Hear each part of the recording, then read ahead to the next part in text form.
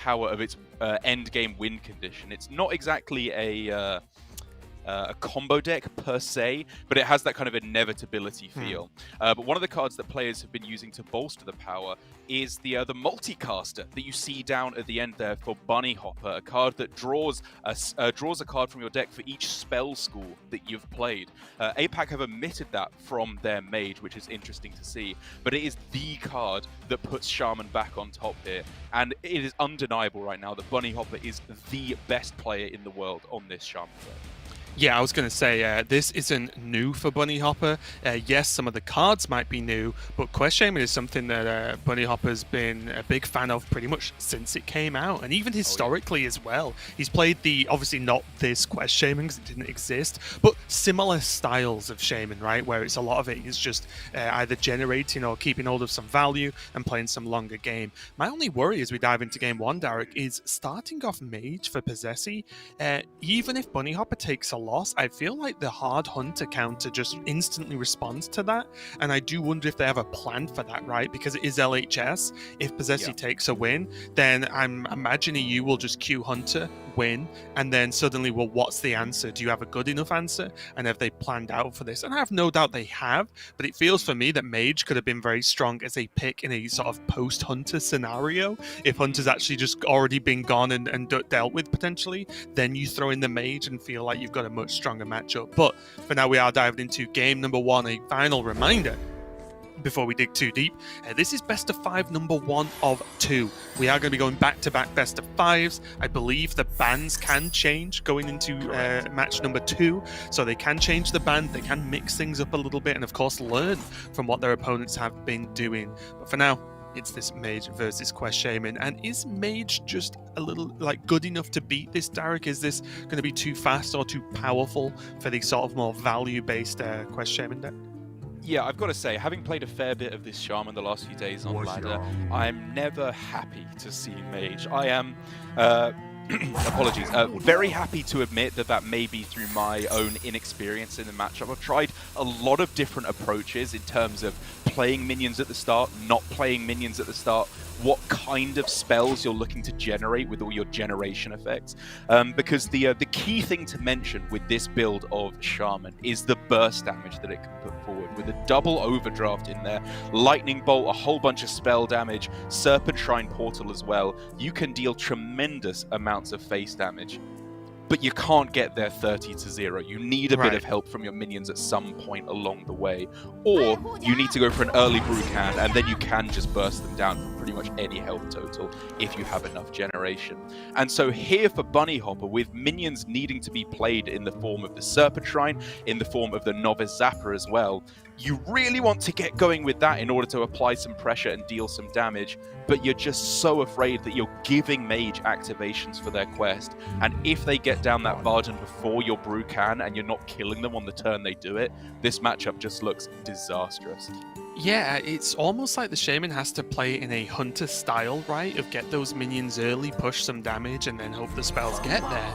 But the problem with that is that the Shaman doesn't have a hero power that deals 2 damage to face, so it was never going to work quite as well, but it looks like Bunny Hopper is going to commit a lot of these resources here, building up this board, and getting that first quest proc done there for him as well, get rid of those crystals. But that seems a very kind of low value quest 1 proc, right, compared to what we've seen previously. Yep, it's, I mean, it's not generating value, but the amount of crystals he's overloading is 4, which is, or unoverloading, sorry, is 4, which is a pretty decent amount. And even though there are answers to this, it's kind of specific, and they all revolve around Brain Freeze for the most part to be able to clear them off on this turn. And that's exactly what Possessi has. I love that he's deviating away from the Incantus Flow on turn 3, and instead just clearing up this board, which is the last thing that Bunny Hopper wanted, because now Cookie the Cook, I mean, it's okay as a play just to get 2 attack on the board, but he knows 2 attack 3 drops are not really winning him this game. Yeah. He needs to use that big juicy brain to try and figure out a macro game plan here that can actually kill a 34 health Mage. Yeah, Cookie's great in every mode he's actually come into so far in the game, true. But not really built for this matchup, is he, right? In this deck specifically, right? Like, yeah, the style of what bunnyhoppor wants to do, not really built for it to take down Mage. And at this point, as is often the case when you see a heavy removal opening from a Mage, is you really just want, if you're bunnyhoppor in this scenario, you want there to just be no card draw, right? And currently that's kind of where Possess is at. He does have Ruined Orb, of course, so he can generate card draw. And obviously now the quest is going to get him there. So bunnyhopper's really just hoping for things to have to go very wrong for Possessy, as opposed to anything going right for bunnyhoppor, because already Possessy's got plenty of health. He's progressing his quest. We can see Ice Barrier, and Bunny's basically just got nothing right now. He needs this to be very, very good indeed. Yeah, we're looking for a miracle off this guidance, and okay, Serpent Shine's good. You're obviously picking both just for the overload anyway, and I guess you can see what you get on this turn. Transforming this 2-1 cookie into a random 3-drop with the Revolve also sounds reasonably powerful.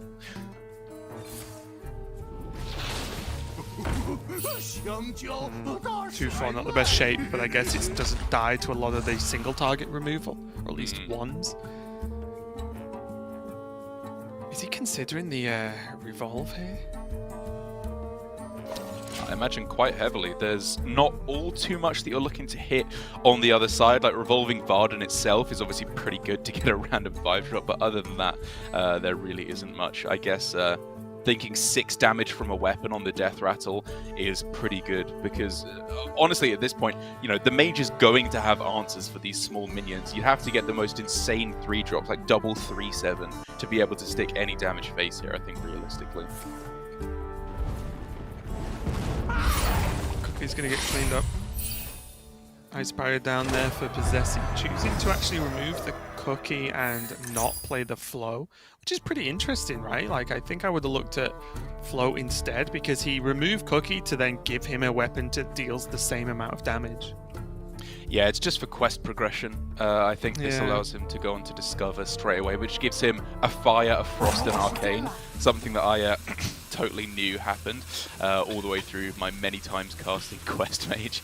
I love that that's just been a thing, and the best part is, however many people like, oh my god, I didn't know. I bet there are a million people that are just like, oh yeah, I knew that. It's like, yeah. It's like, did you know? The Twitch chat reaction of, oh, didn't you know? Yeah. I realized that all along. God, such an idiot. I gave him the idea for that quest. Okay, but here we go. Charged Call picked up for bunnyhoppor. It's on that 6 mana cost slot, which is usually better than 7, so I'm going to say you don't start with the Bloom here. Gets himself Cornelius. Okay, 2 extra cards. Things are starting to come together here.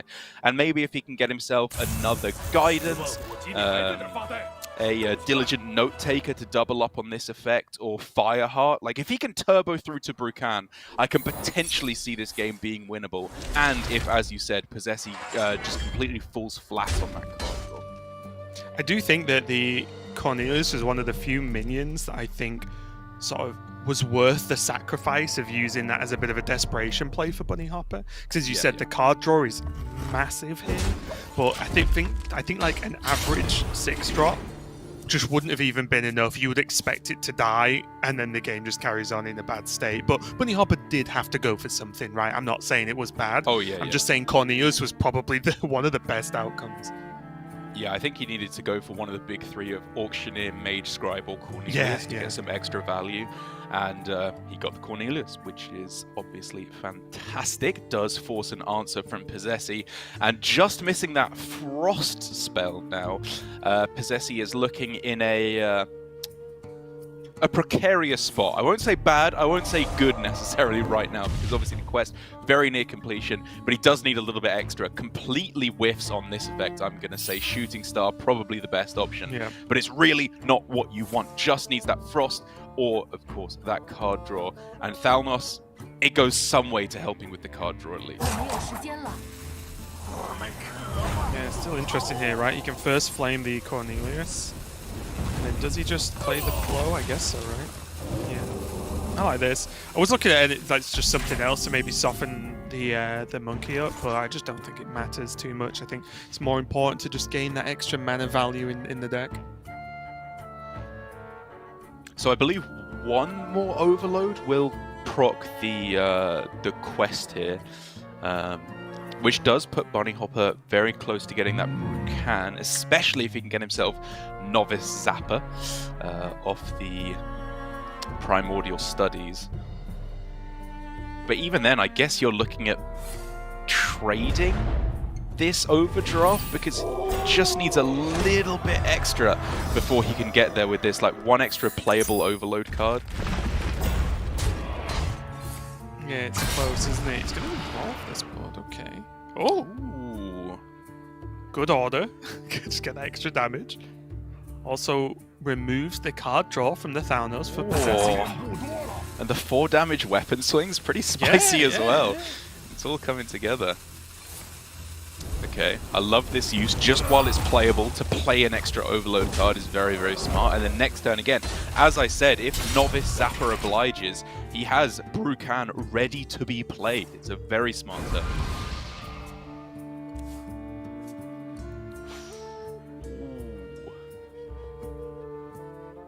It's so painful, isn't it? Just not hitting that Frost. I think Possessor would be so far ahead, or at least equal at this point if you could get this Frost done, but... Honestly, I would trade every card in my hand that isn't Cram Session for a Flurry Oh, right now. 100%. Like, Yeah. it's the only card that matters, is just hitting that Frost spell. And do you play this Cram Session when you're one spell away from having Dawn Grasp in hand? I can't even look. It's too ugly. It's painful as well because the dormant minion is actually a problem for True. Because like he's got this he's got the shooting star, he's got second flame to try and make something work with like a ping or fireball. Like if this dormant minion wasn't there, he could shooting star, first flame, ping, and still fireball, right, and clear the board apart from the dormant, of course. Like, and he just can't do that because the spread damage from the missile doesn't actually carry over. It's very, very rough indeed. Going with the clear plan here, stalling the game out rather than burning his one most powerful card draw effect. I can respect it, because in terms of the aggro game plan, he's still probably got a little while. But in terms of Brucan that he's staring down, it could be on this very turn. Depends on what comes off of this Primordial Studies. And there it is.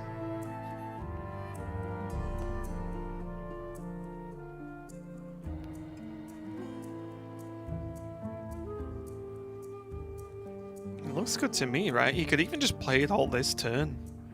Yeah. Why not, right? Gains a 7/7. I mean, we can argue about Steward if you want to discover a spell, but I would rather have a 5-mana 7/7 on this turn. You don't even have to play the Overload, even though it would overload you 5 crystals. Like, it's arguably still better to trade it just to guarantee yourself a better effect next turn.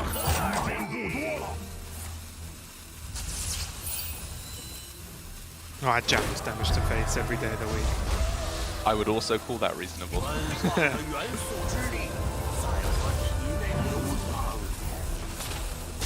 a lot of damage coming through. Yeah, Possessor's kind of just ran out of resources, right? Of course he needs that Frost, but just even in general, right? Doesn't even have a fire sale to help him out here. Did just get the spring water. There's the Frost. The game can now continue. Both players have suddenly evened this up. Good hits there on the flurry. Yeah, absolutely huge. Now we're looking at playing the Varden, playing the Cram Session, playing, I guess, this as well, just for some extra spell damage, all coming together. The, I mean, maybe even just use the Shooting Star to kill off the Tox Blade. Just, oh, well, the weapon's gone, actually, anyway, so even at that point, you're just not taking any damage at all, really. The big draw here from Possessi. Another Cram Session. Okay, well, that's just all deck at this point, right? Across 2 turns. Yeah. Oh, it's just almost lethal. Like, it's so much damage already. I feel like Possessi's cast like 8 fireballs this game. I don't really know why I feel like that, but I just do. And there's still 2 more in his hand. Welcome to casting Possessi. He does stuff, you have no idea how or why, and then he wins.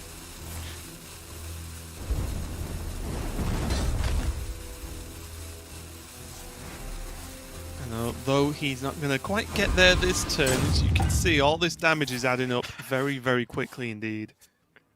If you're going to Bunny shuffle away Hopper. the fire sale. Yeah. I think you just want to be drawing to your burn next turn. And Bunny Hopper with a very wry smile. It's an unfortunate matchup to start things off. He was obviously hoping for one of the aggro decks to be up on. But as you were pointing out, even if this is a loss, as it's looking to be here, Bunny still has, or Team EU in general, still have some very strong counter keys.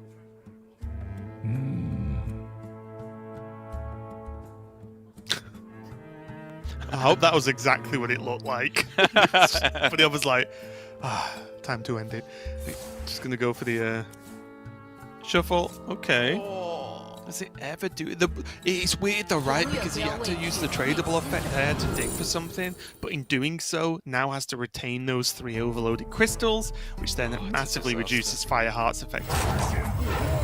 Yeah, you trade in first, and then you're guaranteed a clear at least. And then, if you're very lucky, you can make something happen here. And of course, oh yeah, coin procs twice, so he gets another go here. Okay, Revolve, get yourself another spell. These all look pretty garbage to me, but yeah. Serpent Shrine Portal. Maybe if he can get himself one of those, I don't know, lightning bolts off the top, he can make this work. Or maybe with the completely random spells off of the parrot that you get in the effect from Fireheart, he can make that work. But I don't even think that's going to be a reality, because it looks like with Possessi just pointing everything to the dome, he's got himself lead. Yeah, and that's going to be the one win for the Mage for Team APAC, which means it's going to be Mage again next game, and this is where LHS starts to kick in, right? Bunny Hopper and Team EU got a bit of a bad matchup there. Even, you know, before new cards, before anything else, Quest Mage versus Shaman was always felt like a tough one, right? Because Shaman had to really pull something out the bag to make it work. And now if we see that Hunter get queued in, does the Asia Pacific region have an answer to that one? So we'll have to see first if Hunter's going to be the choice. I'm talking like it's just a guaranteed one, but I feel like it is just by far the best matchup to go against Mage. So we'll have to see how it pans out. But Possessi really just got hold of that Frost spell just at the last possible minute, but it was still successful, right? It was, yes, it was looking grim, but he got hold of it basically before he died, which is all he really needed, so he could activate that Dawn Grasp and really get cooking. So big win there for APAC in game number 1. Again, a reminder, 2 best of 5s. It's 1 point for each best of 5 win. So one of these teams could get 2 points, or both teams could get 1 point to add to their totals, with EU already being 2 points overall up due to winning the Battleground segment. Man, it's crazy how clutch Radu came in at the end of that Battlegrounds game. The difference between, like, a delta of 4 points minus for your opponent and plus for you. Such a big deal to start the tournament off on 2 points, because obviously at the end of these 3 days, the round robin that we play, you basically just don't want to be in last place, because then you'll be relegated out of the tournament, and the top 3 will get a shot at the trophy in one way or another. And so here, as you said, big implications, and it's time for either Gabby or Baby Bear to step up to the plate. Taking a look at the lists that are left available for EU, I do agree that Hunter looks to be the best option, but with the Rogue, Demon Hunter, Warlock, and Mage banned away, they also have the option to go for either the Aggro Druid or this Pirate Warrior, both of which are relatively aggressive overall. The Pirate Warrior taking a little bit more of a mid-game strategy. But in my experience, the board focusedness of the Aggro Druid does lead to being a little bit more vulnerable to the removal spells, right? They have very little burn from hand, and that is truly what Mage suffers against. Even if Hunter itself has transitioned over to a slightly more board-focused approach with the Doggy Biscuit that was printed this mini-set. Yeah, I love that card a lot. As soon as I saw it, I can't even remember who I was watching play, but I was watching someone stream it, and I was like, oh, what's going on over here? Face Hunter? Okay, same old. Saw that, and I was like, hang on a minute. I played one game and was like, this card is busted. It's so strong because of the mana cost of it. It also, like, yeah, the tradable effect can be useful and you can pull out some weird stuff with it, but really it's the fact that it's a great follow-up to your one-drop plays, right? And Hunter has some really strong one-drop plays, and then suddenly you've just got a massive minion. And then I was also trying a list that had the Ram in it as well, so you had a 2-drop buff and a 3-drop buff to really start being silly, and you just run away with games off the back. So very weird. Like, it was Hunter, or at least that version, becomes much more like you almost have just a hard carry single minion in the game, as yeah. opposed to going wide and chipping away bits of damage. So I'm excited to see what they will pick here. And just going a little bit off topic, but not completely, were there any surprises here from deck submission from any of the regions that you saw for Constructed, Derek? Because I know the meta is kind of in a weird spot right now, right before nerfs you mentioned, but also we've just had the mini set, which although I think people thought might have been a bit underwhelming, have had more impact than I think people are giving it credit for. I agree. Yeah, like I said, I think it's a lot of the weaker decks that have gotten a little bit of extra help as to how they're shaping up. The big question, like the big anomaly at the moment, is definitely Priest, which feels like it has no really viable archetypes right now. And generally in formats like this, especially in Last Hero Standing, it would behoove you to make a very specific tool for a specific job with your bad classes. Like, you can stick a bunch of bad cards in there just because it's trying to do one job in particular. For APAC, they went with the Shadow Priest, which is, I think, reasonable, just to have an all-out hyper aggro deck to try and take down the likes of mages, some of the flimsier combo decks as well. Whereas EU have gone for a kind of control shadowy priest kind of deal. It's kind of in between a lot of what the other decks you're going to be seeing, which I think, to be fair, Control Priest does still do a fantastic job of just shutting down aggro. With double Desperate Prayer, double Zyrella, you've got the buffs with Elic Mount, with Light Shower Elemental, Devouring Plague in there as well. Even the Golakka Glutton that has been slotted in there in order to deal with some of those early beasts, perhaps in Aggro Druid, that you may be seeing. And so for EU, I actually like the way they've gone with this Priest, even though it's not the most obvious version. It's a little bit of a surprise to see. Like I said, the high targeting factor does mean that you're taking a useless class like Priest and actually getting some value out of it.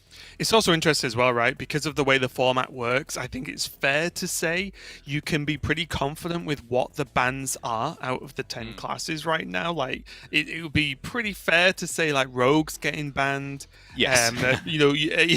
Probably like Warlock and almost certainly Demon Hunter. And then after that, you can start to make these decisions on deck building, as you mentioned, right? It's like, right, I don't have to worry about Garrote Rogue, I don't have to worry about Warlock, Demon Hunter with OTK potentially. So suddenly it does open up a little bit more of a flexibility in deck building, because you can basically get rid of the majority of the sort of relentless combo decks that are available right now. So we are going to just check in again, of course, with Possessi, who is going to be on this mage. As we mentioned, we are in Last Hero Standing. We're going to see what Baby Bear's going to be partying, and yeah, to no huge surprise, it is going to be Hunter. It is indeed. The like you said, not including the ramming mount, but the Doggy Biscuit just makes such a big deal. As soon as I saw this card played, I just thought to myself, wait a second, literally every removal spell in the game right now deals 3 damage. If I can make my minion higher than 3 health, it just does not die, because like Lightning Bolt, Flame, Warlock's Drain Soul, Brain Freeze, like everything just deals 3 damage. So if you can buff up some of these early initiates, for example, up to 4 or 5 health, any of these early 1-drops, it's just impossible for the opponent to kill. And if you get even a small amount of chip damage in with minions at the start of the game as Hunter, job's done. You just burn the mage down at the end and they have no recourse against that. Yeah, one thing I'll just throw out quickly there on the key cards on Hunter, I think it's showed Teacher's Pet, and I'm guessing it was meant to be a Rhino. So don't worry, I don't think there are Teacher's Pets in this list unless I'm seeing things. I know I'm tired, but I'm pretty sure I'm not that tired. Here though, we are going to kick it off. Game number 2, Baby Bear on the bottom, playing for Team EU with the Hunter, and I imagine this weapon might well be thrown away, and maybe even with this Wolpertinger. What do you think? Just keep one. Yeah, Wolpertinger turn 1 is a good enough play. I think one of the better 1-drops. Outside of that, you are of course looking for the turn 2 Doggy Biscuit. I would be incredibly happy with. But then outside of that, just any of the usual early game cards leading up into a Warsong Wrangler, maybe a Barret Kodobane once turn 5 rolls around as well. And this hand, while it's a little spell heavy, the Wound Prey is not that bad, because it still gets a minion. And you never know if it has to come down to it next turn. Baby Bear could potentially just tracking into something a little bit better for turn 3 as well. Or even just another 1-drop to play instead of the Wound Prey. It's a little bit rough though. There's also small considerations. I always think when I'm at this point in this type of game, I'm like, should I just hero power because I've got quick shot and then wound prey and tracking? Like, do I just absolute max damage like early on? I don't hate it, to be honest. Like, playing Face Hunter, I have pretty much 30-0'd my opponent. Like, maybe you do a little bit of damage, like 2 or 3 at the start of the game, but from there on, it's possible to just get there if you can get Rhino to deal some damage, and if you're, of course, then not proccing the ice barrier later on, sorry. But at the same time, for Baby Bear, before you're seeing removal, getting as many minions on board as possible does make sense. And even though her curve is a little bit awkward now, it's a potent curve with the disruption that Neophyte affords you can just be such a spanner in the works for Possessi, not being able to go coin fire sale, for example. Yeah, this is really tough, isn't it? I think I wouldn't be overly upset at just seeing Double Flame come out here, honestly. And just, you can't mess around. I think a lot of the time, or you see a lot of games won, or at least more convincingly won by Hunter, because the mage is trying to be a bit fancy or a bit greedy or anything like that, and you just can't. I think this is close to having to just be like flame, barrier next turn, and then obviously see where the game's looking at that point. I think I agree with you, but we of course have to bear in mind that, like, what does being greedy mean? Because yes, you can throw down both your flames here, but then the minions with more than 3 health start coming down, like the Wrangler, Rhino in a couple turns time, maybe Divine Shield hits the board with a Guardian Orc Merchant as well, and then all of a sudden your fire sale becomes very, very lackluster, and you might need the extra help from a first or second flame to help along the way. And so no matter what Possessi does here, he's playing around different things, and by going for this line, it does give him a little more flexibility against this play, I suppose, because he can just go for first flame on the Neophyte, and then he of course has more game against minions with more than 3 health, as I said. Yeah, it's really tricky though. I think maybe I'd push this over, a little bit too much for me, but I just think, well, if you're waiting for the big minions to come down to use you sort of removal in that sense, then you've already taken the damage from the small ones and it's too late anyway. So let's see how it pans out either way. The Neophyte was a big deal though, because it stopped the barrier coming down on curve, and you can even see Possessi floating that 1 mana is something you definitely do not want to do versus Hunter. Now Baby Bear can go for a pretty straightforward Demon, Companion, and Hero power most likely.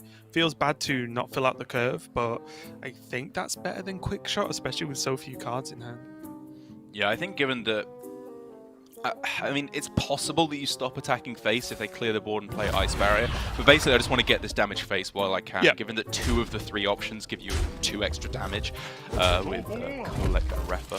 I'm very happy to just slam this down now, and then very possibly next turn we just don't even play the Rhino. Down at 17 health now, this is very, very possible for Baby Bear to just click the hero power every turn and win that way.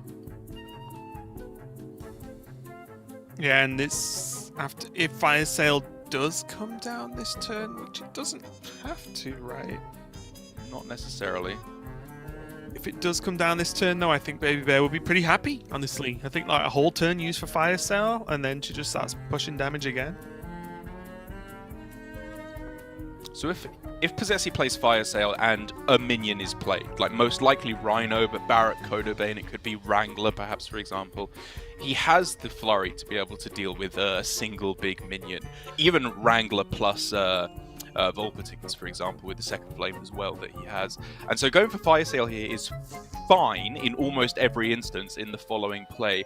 It's just, is it the most efficient spending of your mana on this turn? Are you going to have time to play Ice Barrier later on is the question. Yeah, which is a tough one to answer. I think I really like Ice Barrier and Second Flame on their Kolek there. Because it stops the 1/1s attacking anyway, right? So it effectively kills, or in a lot of circumstances, it kind of stops the 1/1s pushing damage because you play Ice Barrier. The Kolek dies, and you get to start progressing the Frost and everything. Whereas now, even this weapon gets to swing for 1 extra damage, whereas if the Ice Barrier was down, that would become quite unlikely. That's true. Yeah, the extra damage from the weapon does really stack up. As at this point for Baby Bear, absolutely agree with this play. That Rhino is just doing nothing here because it's so likely to be killed or frozen in some way. Hero power plus the damage from the weapon and the quick shot is just going to end this game. The only thing that can save Possessi here is, I think, one of those armor vendors that he's teched in for a bit of extra heal.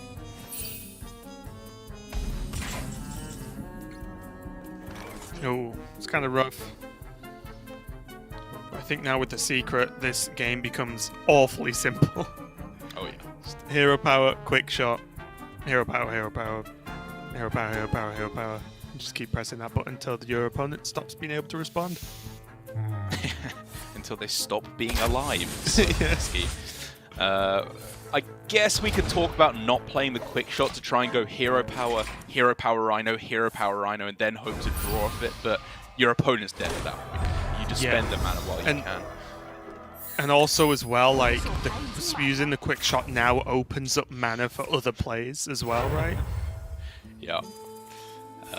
Possessi forgetting that the Arcane Intellect would proc the quest and overdrawing a spell there. I mean, admittedly, there aren't really any spells that would save him here. It's only the armor vendor that makes any difference whatsoever. But it's, I mean, again, maybe it could be card draw. It's those little things that you do have to be ironing out at this point.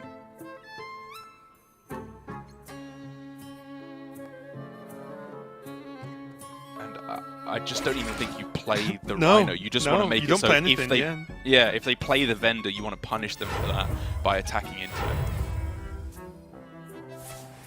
Yep, this is 100% just hero power them down, make them have to do something crazy to be able to survive. They probably can't, and if they do, there's plenty of ways to push through.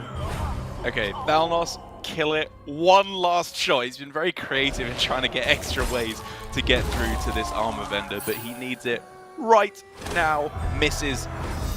Discover, I don't know, one mana draw a card? Is one of the spell schools armor? Yeah. Just like that. And this was the thing I brought up, right? Just about LHS in general, starting with Mage, is that this Hunter kind of guarantees a win against the Mage, which is fine if you have for example, if you have a deck that then you think is just a guaranteed win versus Hunter, then you potentially win that back and forth and get to 3 victories first. So that if that's the plan, that sounds great. But because it is such a hard counter, it was just very interesting to see APAC start with the Mage in game number 1. Yeah, I didn't mind it. It's one of those decks that I think isn't an especially strong counter deck in its own right. There's not many matchups apart from like Control Warrior, which their opponent don't have, that you can get an overwhelmingly good matchup in, especially when you band away Handlock, which is one of the better matchups as well. And so maybe it can steal a win, maybe it can beat the Hunter as well. I'd say it's only like 40% in the matchup. Like, it's not good, but there are real avenues to victory that it has. And in terms of counter decks to the aggro that is likely going to be beating the Mage, APAC do have that. They've got a couple of options now, as I see it. If we want to start off with the slightly more dubious options, like Shadow Priest is there, which was a very good deck into Face Hunter before the Elutia nerf, while it was still at the peak of its power. I imagine that holds true for the most part, admittedly. I think that it still has more powerful early game options and could just dominate the board. But more likely, I'm looking at this warrior, this full-on control warrior that tops out at Sourfang. It's just an aggro killer with even double Warmaul Challenger in there. This is a very heavily teched warrior that doesn't even run Rattlegore in the top end. It's pure anti-aggro. It is like, you look at the list and it's like every single card kills Hunter minions. It's like or gains armor one way or the other. So yeah, really good list there. And these are the types of things that we mentioned before, right? You can bring to LHS if you've got it available, because again, you go, okay, well, if they counter with Hunter, we beat the Hunter. And the fact that even though I'm sort of questioning or raising some questions about the Mage picked first, if you win with that first game, and you can keep going back and forth, you will win the series in LHS. That's how it works. If you can keep winning the counter picks, then great. And also, the weird thing to bring up as well is with Warlock, with Rogue, and Demon Hunter banned, what does this warrior lose against at that point, right? Like, because a lot of what's left is aggro or at least tempo style decks. and the warrior feels like it should be able to deal with those. If you're banning away a lot of the combo, and for example, mage is already gone, then suddenly this warrior looks like it might not even need any kind of back and forth. It could just actually just finish up the series by itself. It's possible, isn't it? It gets a bit weird because, like, generally in Hearthstone, control priests beat control warriors, but with these both being so anti-aggro teched, I'm not even certain how that would go. I'm going to say probably priest, just because it's got a good amount of random generation with Veil Weavers, palm readings, and renews thrown in there. I will say, however, that I think Paladin should be a very good matchup into the warrior. I think that generally having like 3 or 4 Librams of Hope over the course of the game with Lady Liadrin should do in the warrior, even with all the removal it has, because it struggles to deal with those shapes of minions. And even then, for that matter, I think Pirate Warrior very possibly has a good matchup into this warrior, just because there's no inevitability whatsoever for APAC's Control Warrior. It just does not have a win condition. And so being able to complete the quest, play the Juggernaut, that might just be able to solo the matchup. Yeah, and the Pirate Warrior in itself, one of the sort of newer decks again we got to see, especially after the additions from Smite, mainly from the mini set. Oh yes. And it is the deck surprised me. I thought it was going to be fine, but it feels like it's actually quite strong, right? It's got all the opening that you want, but then the fact that there's also just the Smite for almost a kind of OTK style play at some point in the game, or just extra reach, but then the fact that it's just adds that extra type of finish to the Juggernaut is a big deal. But it looks like we're gonna go for Shadow Priest.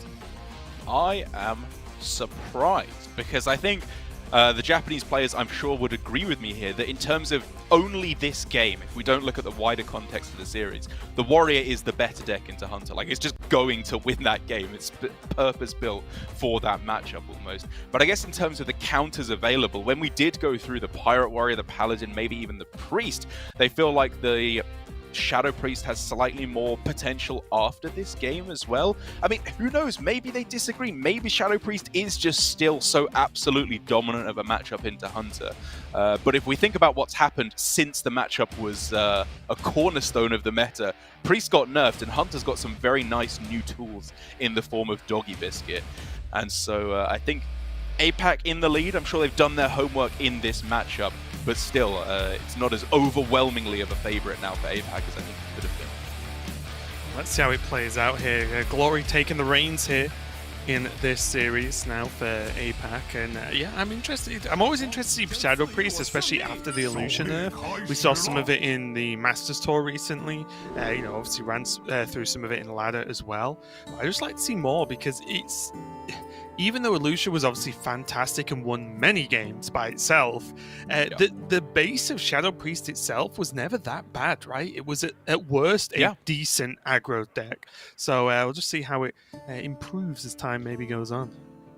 And to be fair, that Defias Leper with the double Void Shard, double Raise Dead that APAC are choosing to run instead of just the more standard 2 Shadow spells of 2 Raise Deads is also a very strong player in the matchup. You're probably not keeping it, I agree, because without a Shadow spell to proc it, it's not going to be getting the value. But a 2-mana 3/2 that when you're holding a Shadow spell deals 2 damage is very nice. That's going to clear off most of Hunter's early game.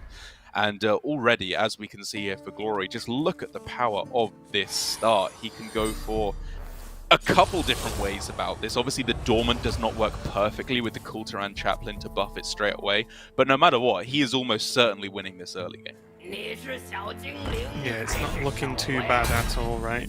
The Homunculus, it's going to be a bit of a problem for Hunter going forward. But now Baby Bear has some good options, right? Even just coining out double Initiate and then potentially having that Aug Merchant and now the Wound Prey as well could be a really big deal.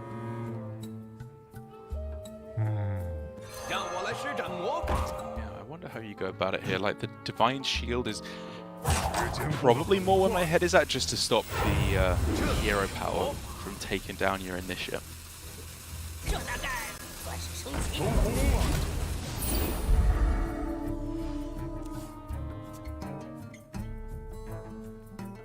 Yeah, it's a weird one, right? I guess a lot of it revolves around tour guide potential.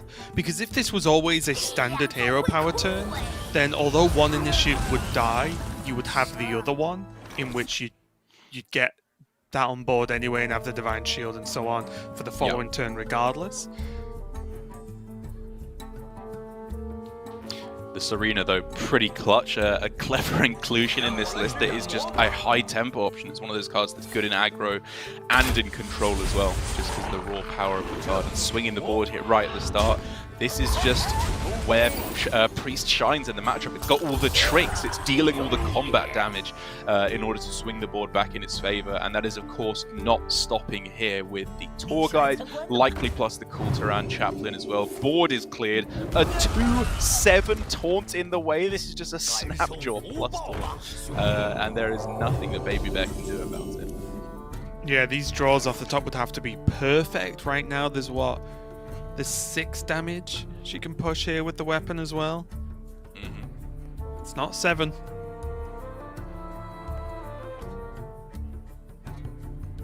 And then it'll all start to slip away, right? Because you look, even if the Neophyte plus hero power, plus weapon comes down, trades in, reduce it down, then let's say you piercing shot the turn after, well, by then you're going to be facing down a 4 minion board after the piercing shot, right? In which that's just going to slip away. I don't even know at that point what you're supposed to draw to keep up.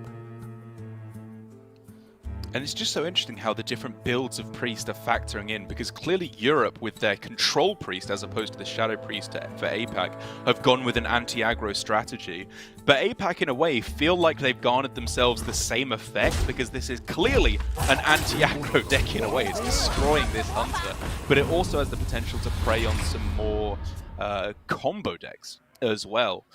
Maybe with some of the other matchups like Druid, the Control Priest would fare better than the Shadow Priest, but for this one specifically, it just feels like such a clever inclusion for the APAC and the Japanese squad specifically, that they haven't left themselves boxed into the idea that anti-aggro has to equal control. Anti-aggro can just be a more board-based aggro deck a lot of the time. Right.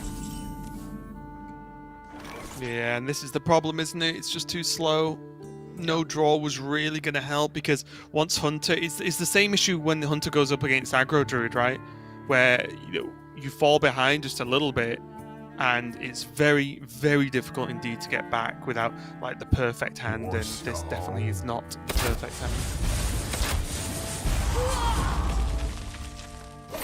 Yeah, I'm trying to think, like, if we were to position the deck in, I don't know, Barrack Kodo Bane off the top, and then you draw Doggy Biscuit so you can play something big and trade in order to rush in.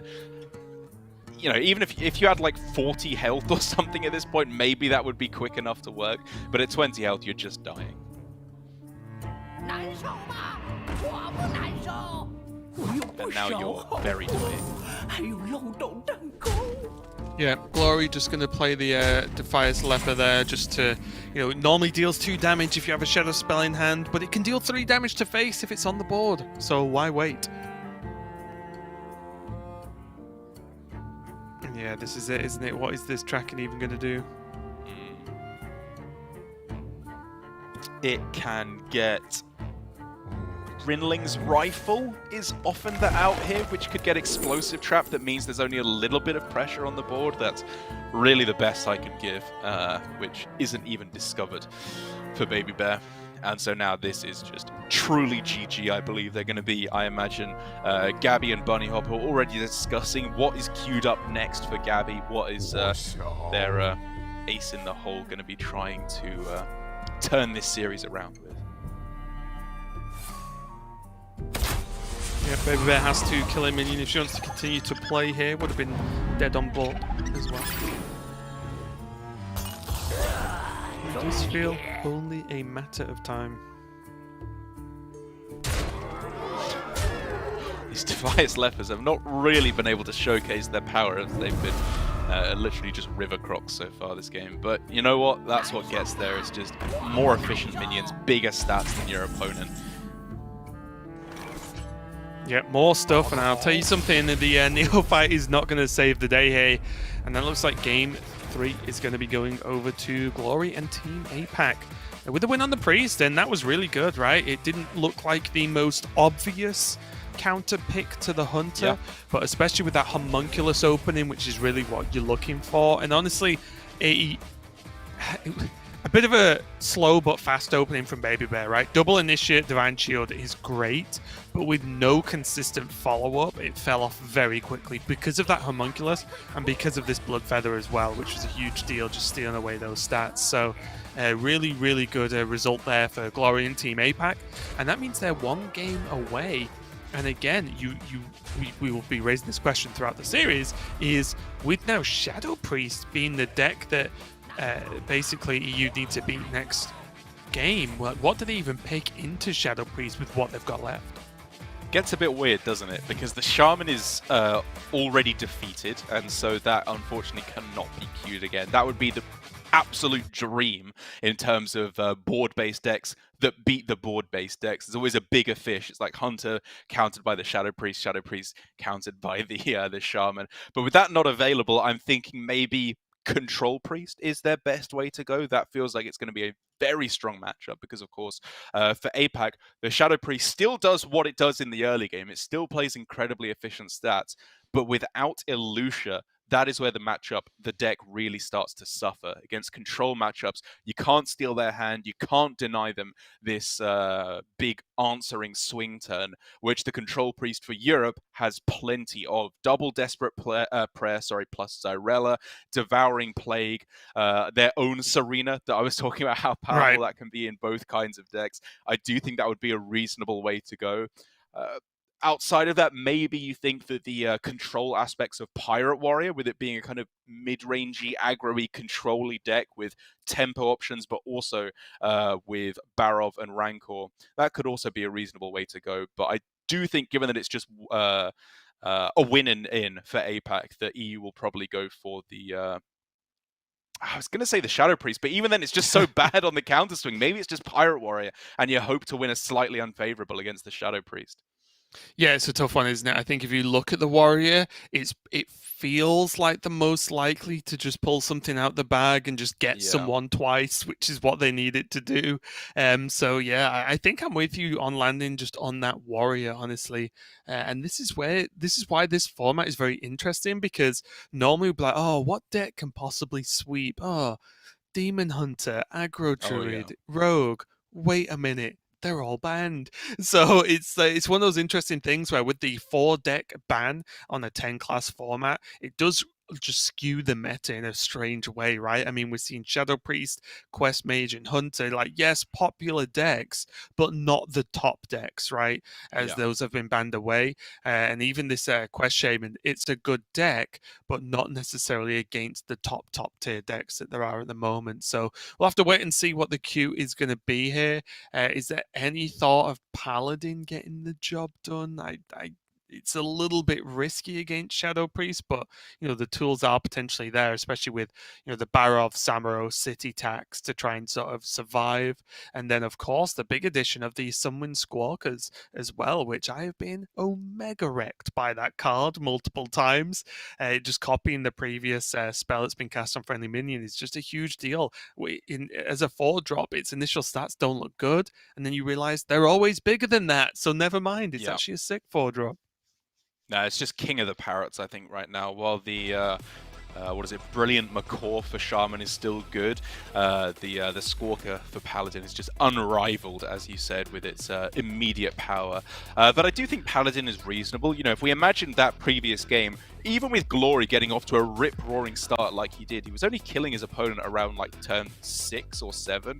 And so if you just play a Aldor Truthseeker, play a Devout Pupil, play a Libram of Hope, sticking these big taunts around the turn 5, 6, 7 mark can just win you the game in response.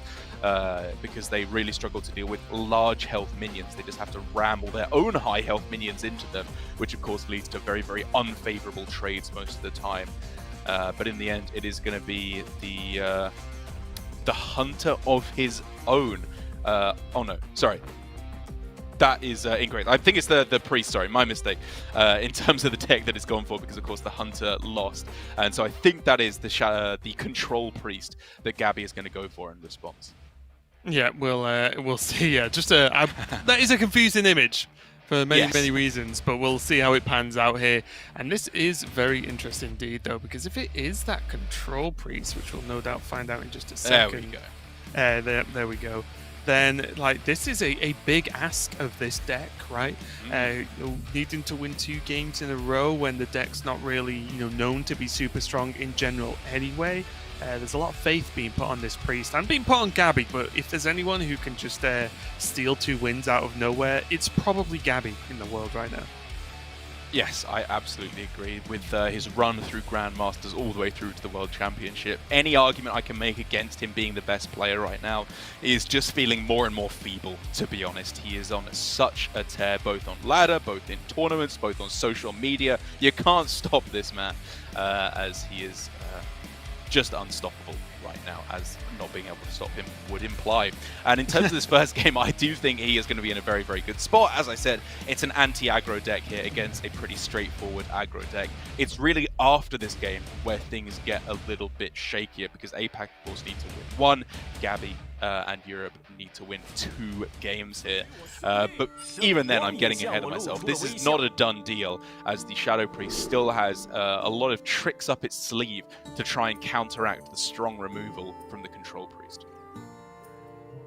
Yeah, let's dive in. Only 1 game win needed here for Team APAC, and this is a big deal because they're currently 0-2 down overall, or at least 0 points in the overall totals of the tournament, with EU taking a win in Battlegrounds earlier on. But a win here would get them 1 additional point, and then a win in the next series would be able to at least stay on par with EU. But again, that's a little bit in the future. For now, let's dive into this one. The Shadow Priest versus Control, and already Glory got off to a decent start at least. None of the X-Factor early minions, but just having an early minion curve is going to be strong. It's so funny how quickly my perspective changes. Like, if this was against the Hunter, I'd be like, wow, a 1-mana 1/4 that just never dies and farms the board.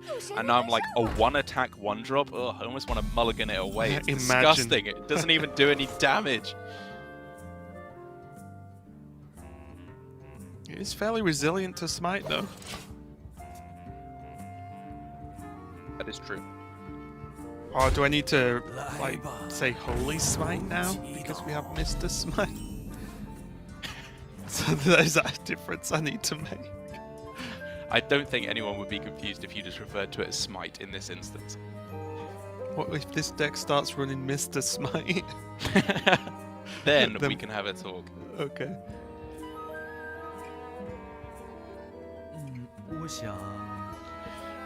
Well, just equipping the Shadow Cloth Needle is not a bad way to start things off. It's not going to be doing all too much quite yet, obviously, with only Hysteria proccing off of it.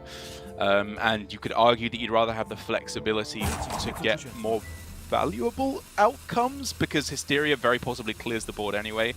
But even then, I think just getting it equipped and setting up for a strong Hysteria clear next turn or turn after is the way to go, and Gabby agrees. Yeah, just take a bit of damage now, and it's very different, right? It's like so different from the Hunter Mage matchup, for example, where it's like, you can heal. It's fine, take some damage, you can heal it back, or at least heal a chunk of it back, and then feel okay going forward. So we'll see what Glory's follow-up is going to be. I imagine it's just going to be chucking down this Macro. Just going to put maximum stats on board. So coin into Hysteria is a full board clear, right? With Mankrik double smacking into the freshman. You would then be wasting the effect of the Shadow Cloth Needle, but honestly at that point, do you even mind that much? You've got yourself a clear board. So with this, are we under the impression that Gabby at least is generally planning on just coining out the Light Shower instead? Is that, I guess so. Is that the go-to? It does heal for a lot. It is a taunt. It kind of ticks all the boxes as an anti-aggro priest card. Glory now able to guarantee himself the wife, right? With there being 1 Raised Dead and 2 copies of Void Shard left in the deck, which seems pretty good. A 2-mana 3/7 right out the gate, and then in terms of playing around Hysteria, it's already a clear at that point. So maybe you actually hold off for the moment because you are just so afraid of that one specific card.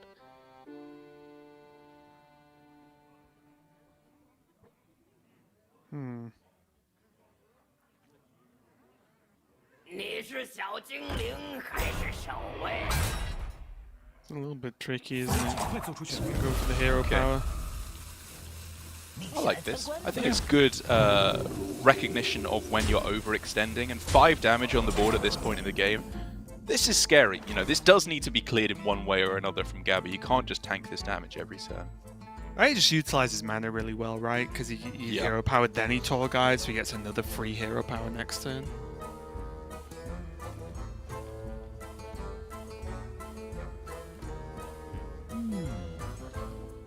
And so Hysteria does offer Gabby still a clear on this turn, right? Because the 1 damage effect from the Needle would, of course, kill off the Man-Crick at the end of all that.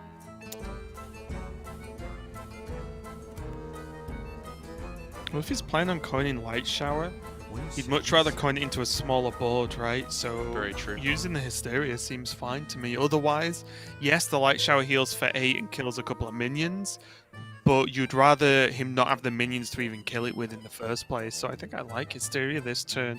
Coin Light Shower, see what happens after that, and then, you know, try and build on that, try and get this Elic mount down as well. Yeah, the problem, of course, is that your opponent has a Shadow spell in hand, which could be the Thrive in the Shadows, apologies, which would then, of course, pull the Man-Crick from the deck, which you really want to save the Hysteria for. Right. But you don't necessarily know that that's going to happen, of course. And like you said, the Light Shower Elemental really wants a nice empty board to go into.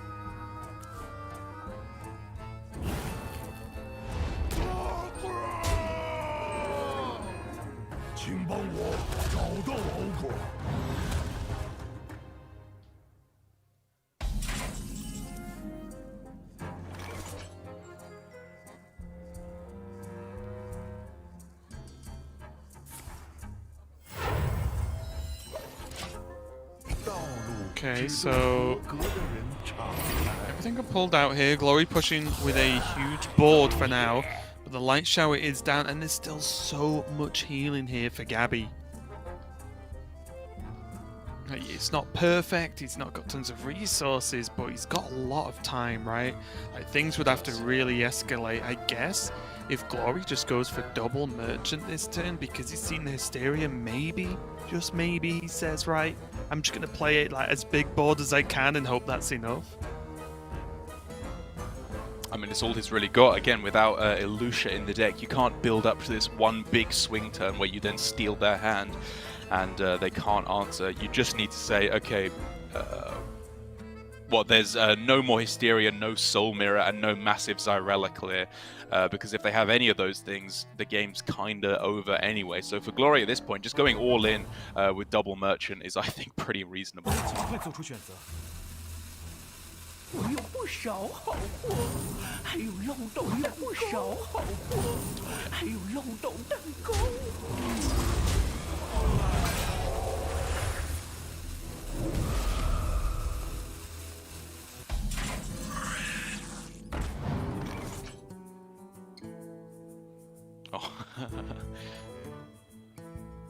Unfortunately, unable to see the Discover options, but again, this is Priest. There's usually something good, and against the odds, pretty good next turn, I suppose, if you can use it to just clear off the 5/6.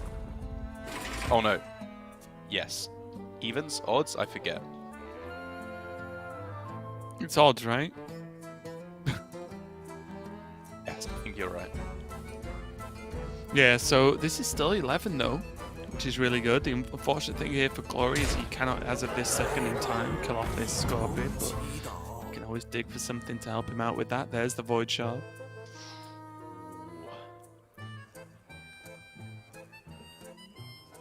Yeah, I guess in a bid just to keep board control for one turn longer.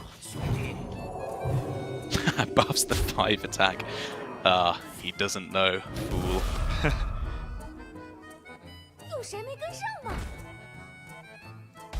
Okay, so he's going for not killing off the minion with the Void Shard, saving that for burn damage to face, which is interesting.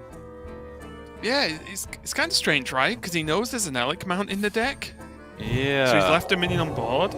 He also knows that even if there's not an Relic Mount, he loses a 5-attack minion to save 4 damage.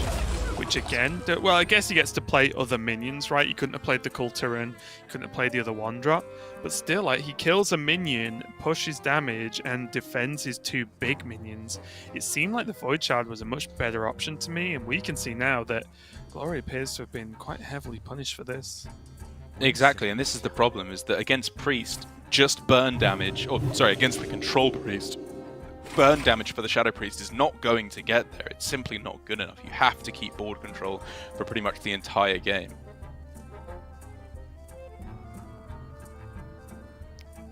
And so he can now go, Leper Ping on the Scorpid, and then Void Shard plus the Merchant to kill off the Elic itself. Or smaller minions to kill off the Elic, I suppose, and send the 5 face. Yeah, you can do exactly 3, right?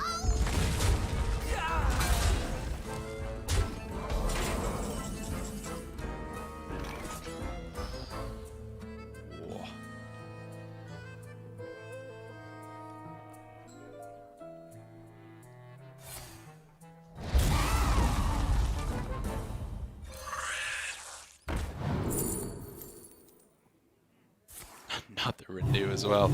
I'm already starting to get visions of how powerful this is going to be in a week's time, when of course these are 1 mana renews, which will make such a difference to this deck. All of a sudden Control Priest may just come back into the forefront, especially with Garrote Rogue getting nerfed pretty heavily as well. Oh, that's a good... Yeah, this is where things start to just fall away, right? Yeah. Oh, he can just play both minions here. That's probably winning him the game. Again, the most damage that he can possibly face on this turn is 6 with a draw of Void Shard.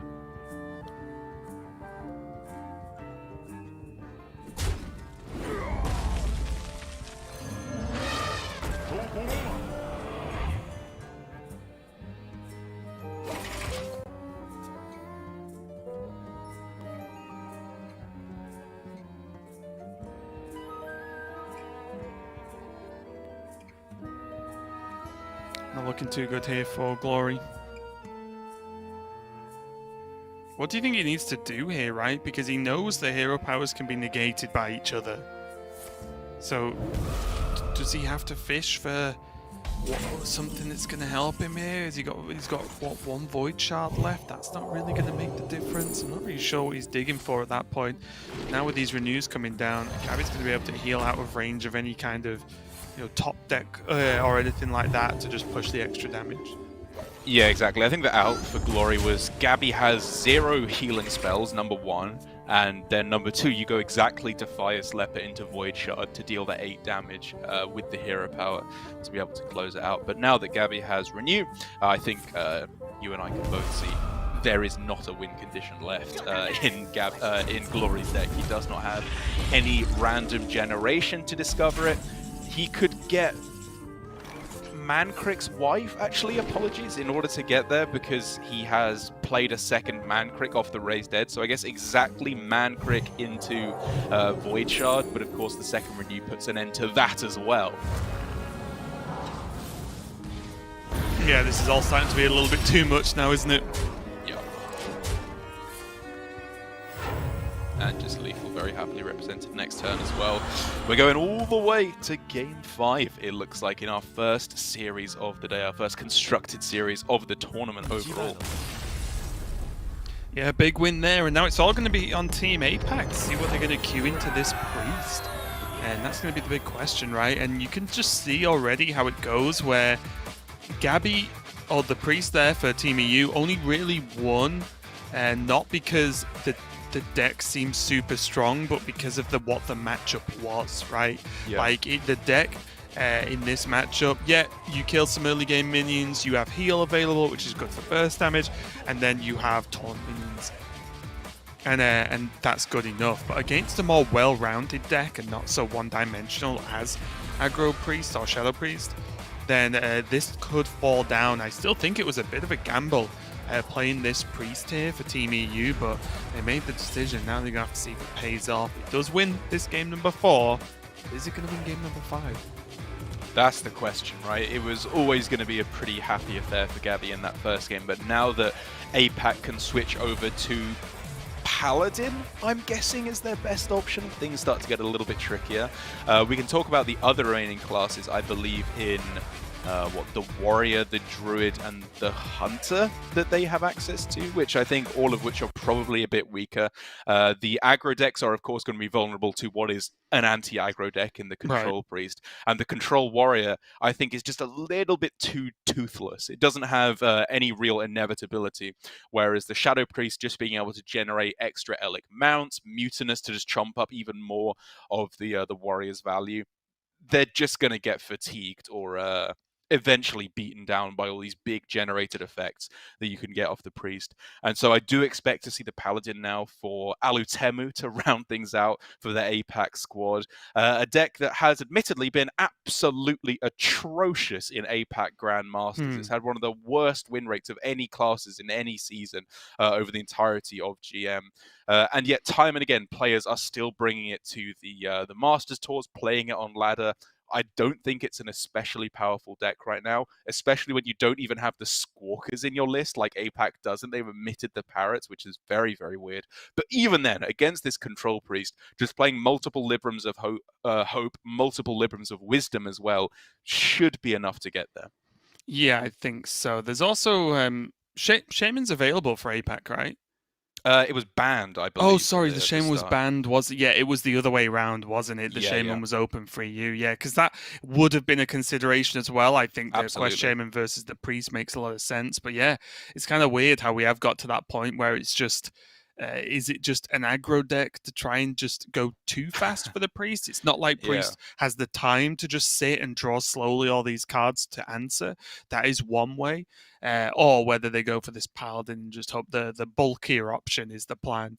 I just look at the Paladin list as well, and weirdly enough, there's no Squawkers in there. It feels like a pre-mini set Paladin, right? The 2 Brooms I like the look of, but other than that, it does feel like a very sort of standard Paladin list overall.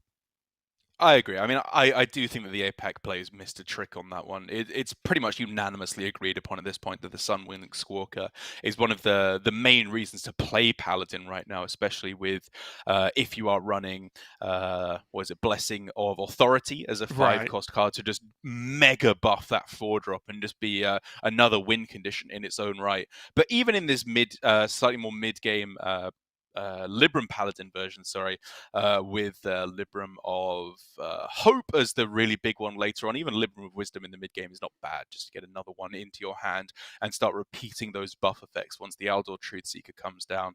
But even then, I'll give them the benefit of the doubt and say they saw that it was a thing, but in Libram Paladin didn't believe it to be quite worth it.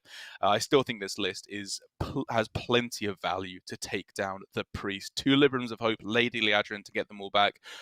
Without the Lucia to be able to steal all those cards in the late game, I do think the Priest, the Control Priest on the other side, it's just too vulnerable. It's too lacking in the effective kind of removal. Like, they're running no Shadow Word Deaths to be able to deal with these big targets. Soul Mirror is about the best they have. Maybe a big Xyrella or Serena can do something, but overall their removal is just not well shaped against the kind of minions that Paladin have.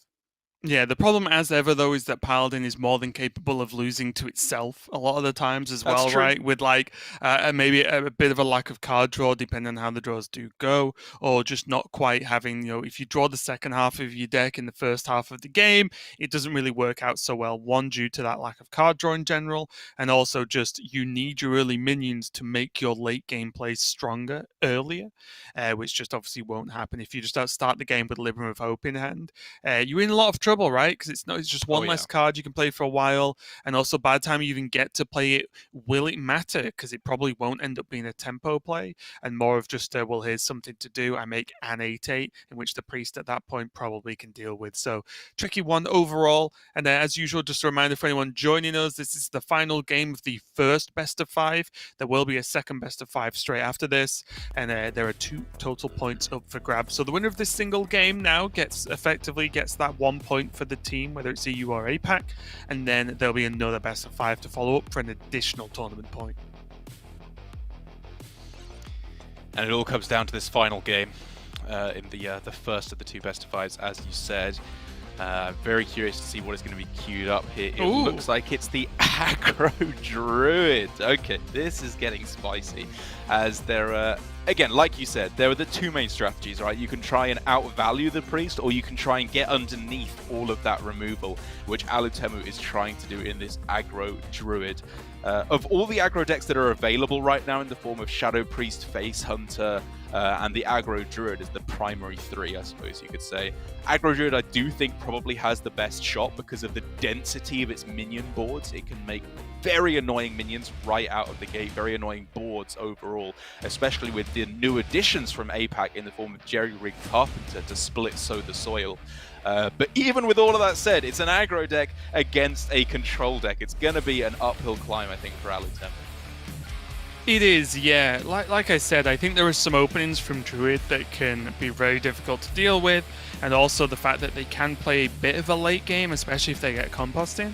But overall, I just think it's going to be a close one, right? Because Druid goes very fast, and Priest isn't necessarily able to keep up. You need like exact draws for Priest to deal with this. Double Smite in the opening hand is not bad, but there's the palm reading is not too shabby either, so not a bad opening here for Gabby. I would be interested to see how this one goes already. But on the other hand, Alutemu has a pretty solid opening himself.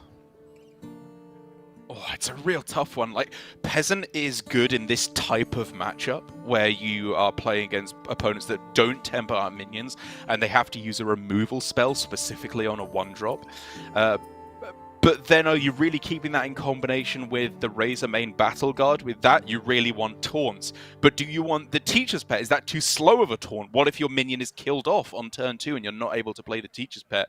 Is Jerry-Rig Carpenter just the nuts in order to get yourself a couple more early game options to go wide on the board with the +1 attack? I could hear the argument for keeping any of these cards, to be honest. Yeah, it's just tough, right? There's just a lot of options to go for there. It looks like Alutemu kept the majority, at least, and does now have that compost, so...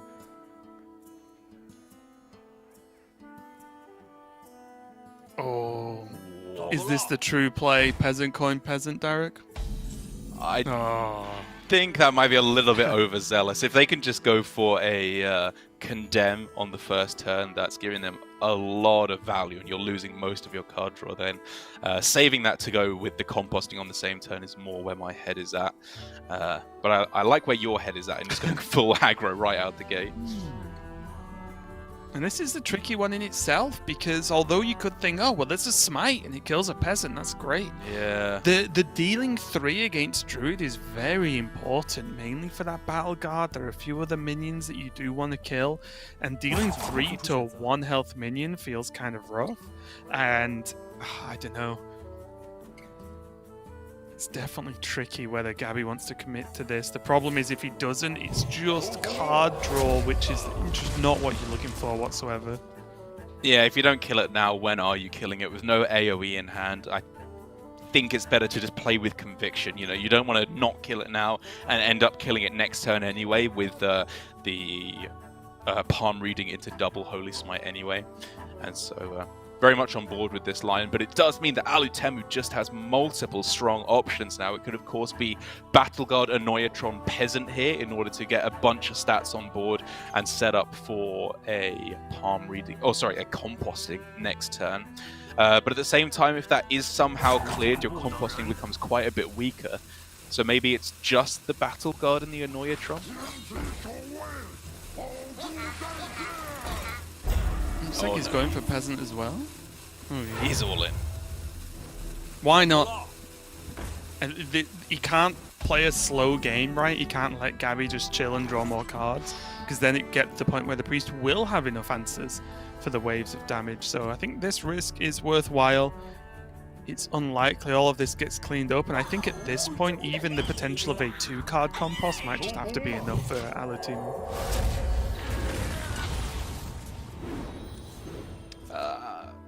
Not the best spell to be getting there, just with no way to stick a minion on board, most likely.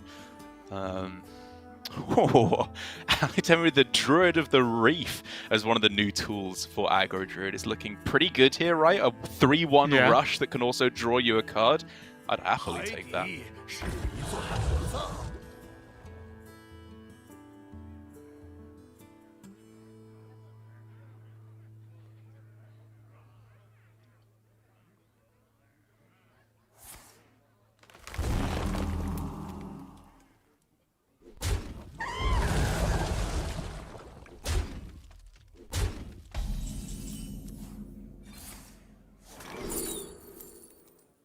Getting close. All tempting options here, actually, to be honest. I think Shadow of Death is probably not hitting much, with most minions topping out at 4 health. But honestly, the Draconic Study is just to cheapen that Onyx Mage Scribe, or maybe find yourself a taunt in the form of the Amalgam. Was interesting, I think, as well. Yeah, it's very tricky. I guess like the difference is the Onyx is going to be 5 mana on 5, and this wave gives him a 0-drop to play with it if he wants to. Whereas making the Onyx 4, then he just doesn't have anything anyway to spend that 1 mana next turn anyway. Just going for maximum survivability here. Another Divine Shield, more minions on the board, meaning this really, really wants to be answered on this turn. But of course, Gabby doesn't have it, and so Alutimu is going to be left with a monstrous board for this Arbor up next turn.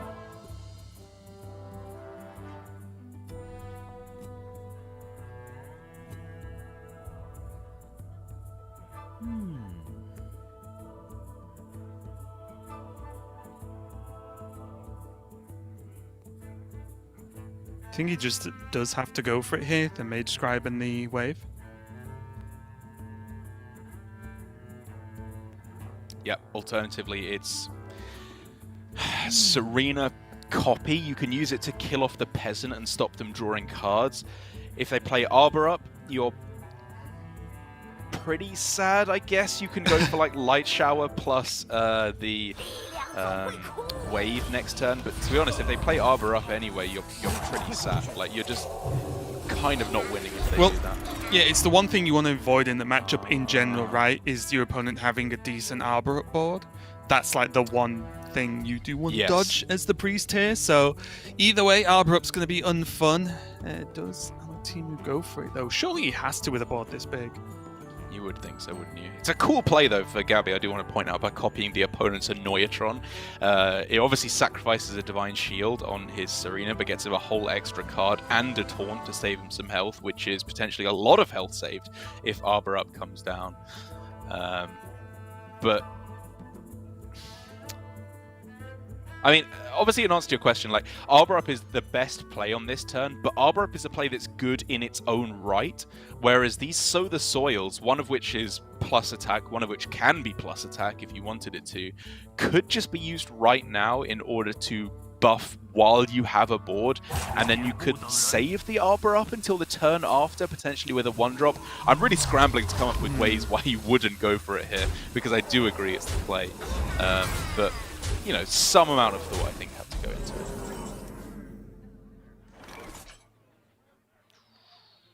Okay, still a plan here for Gabby, with Elemental into wave this turn, and then try and land either the Elic or just another Elemental again next turn. But the problem is, I feel like maybe he has to feel at this point that whatever he does, even with the healing from the Elemental, it's all just going to be a little bit too slow, and Alutimu is likely to always have a board that looks similar to this, even through an Elemental.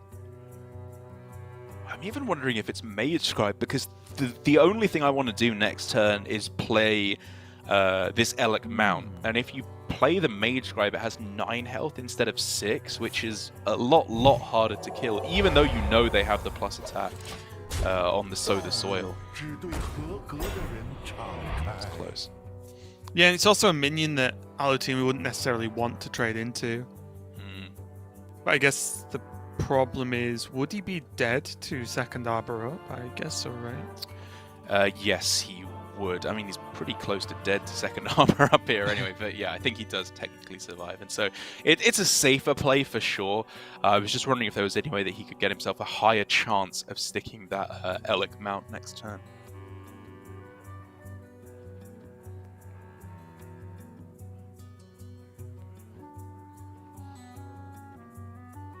This Druid of the Reef is just so busted. 1 mana deal 3 damage is so efficient. Yeah. And it has other applications as well, right? That's right. The cherry on top. It's 1 mana deal 4 here. This is just old school Soulfire now. Now it's buffed Soulfire. Oh. Gonna choose hero power there. And look at the cards Alutimi still has in hand, right? He has by no means like a weak hand. Teacher's Pet, Arc Panther as well. Like with their Battle Guard, like that is a solid follow-up, even if this board gets cleared somehow. I mean, Alutimi has to clear the minion here, right? Okay, yeah. I was gonna say, you're in such a good spot. Just don't give him the out of it. But there is a 2 damage effect with the Condemn. It doesn't keep him alive right now, but maybe with Desperate Prayer, he can stay alive for the turn. Even then, he's just dead. He throws it down, nothing doing, and APAC take the first of the 2 series against Europe. What a clever series of picks and bans there for APAC. I love the fact that they never took any of the matchups at face value and were very happy queuing these aggro decks into what are, at first glance, unfavored matchups. Yeah, it was pretty nice, right? And I talked a lot about the Mage opener, but that's always the caveat of if the Mage opener gets a win, then you've done the job, right? Because although both players need to win, it's first to 3, if you get that first win in LHS, the counter picks matter. And you saw them make a great use of that. And like I said, I think the chance that, the aggro deck, or aggro druid, was going to just potentially outpace the priest, was a really good shout, because everything else, it felt like there were more questions to be asked on those, when you could have just said, well, let's just remove all these weird questions of what if the priest does this, what if can our decks go late game and things like that, and just say, what if we just play aggro druid, spew 8 minions on the board, even though that wouldn't work, in the first couple of turns, and just win, right? Because they can't hysteria you till turn 4, so on, right? Like, what if we just do that, and that's the best chance we've got? And they went for it, and although it wasn't quite as straightforward as that, it worked, and you saw that at any given time, Gabby only really had like 1 answer, right, per turn to something, and a lot of it was either delay or kill this 1 minion or kill that 1 minion, and being able to go that wide was just too much without specifically Soul, for example.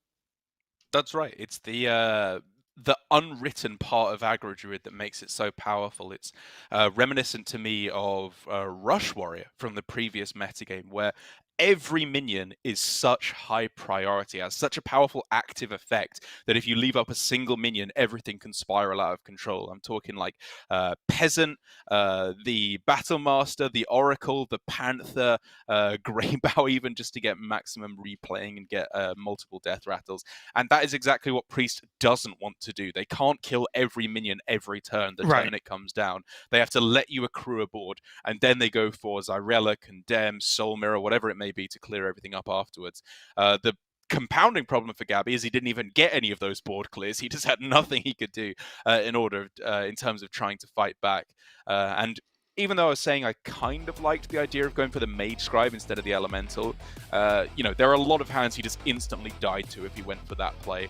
And so I can understand why he went for the line he went for. Didn't win him the series in the end, though, as APAC get their first point on the board. The way it works with this constructed portion of the tournament is each time one of these or 2 of these regions face up against each other, they're going to play 2 best of 5s, and for each best of 5 you win, you get a point. So now it's 1 point to APAC and 2 points for EU because of their win in Battlegrounds at the start of the day. And After that series, of course, we do have series number 2 coming up, where it's the same players, same decks, but they can ban differently and, of course, queue differently. Do you think EU's got what it takes to sort of adapt to what they've seen so far, or do you think that APAC seem to just be a little bit one step ahead, especially with just sort of cashing in on that Quest Shaman pick first from EU and really sort of jumping on that, especially after the win there? Because you can see, right, if Quest Shaman was not picked first, maybe a few things look different, and these aggro decks look terrible when Quest Shaman's still up for EU. Yeah, that's right. They were clearly EU was operating under the assumption that the Shadow Priest was a hard counter to pretty much every aggro deck in the game. That, I mean, may still prove to be the case, that it's at least a favorite against aggro Druid. That was a little bit of an outlier where Alutema got a very good hand and Gabby got a very poor hand. But not queuing up Shaman first is something that I could very much see as a possibility. Like, starting Pirate Warrior, I think, would be perfectly reasonable as well for Team EU. It's a very well-rounded deck right now. It has the aggressive potential to shut down the control decks, and of course the control elements as well to be able to shut down the aggro decks in the form of Rancor, Lord Barov, and Shiver their Timbers as well, to be able to clear off some key minions. Yeah, and we just see some of the highlights here, but I do think this was the beginning of the end, honestly, for EU in this matchup, right? Yeah. Just that first pick, and we talk about this all the time in Last Hero Standing, right? Where the first game pick is so huge because it allows you to get that step forward. And it's not to say reverse sweeps or comebacks aren't possible. It's just having that one step ahead meant that APAC and could just choose to just play the simple counter pick game. And in a 10 deck format, when you can almost certainly guess what bans are going to happen, you can predict those bans pretty easily as well. So it's a pretty nice result there for APAC. They've got one more series to play today, constructed against EU once again. We're going to go to a quick break while we sell the next game. So don't go anywhere, and we'll be back with some more Hearthstone Global Invitational.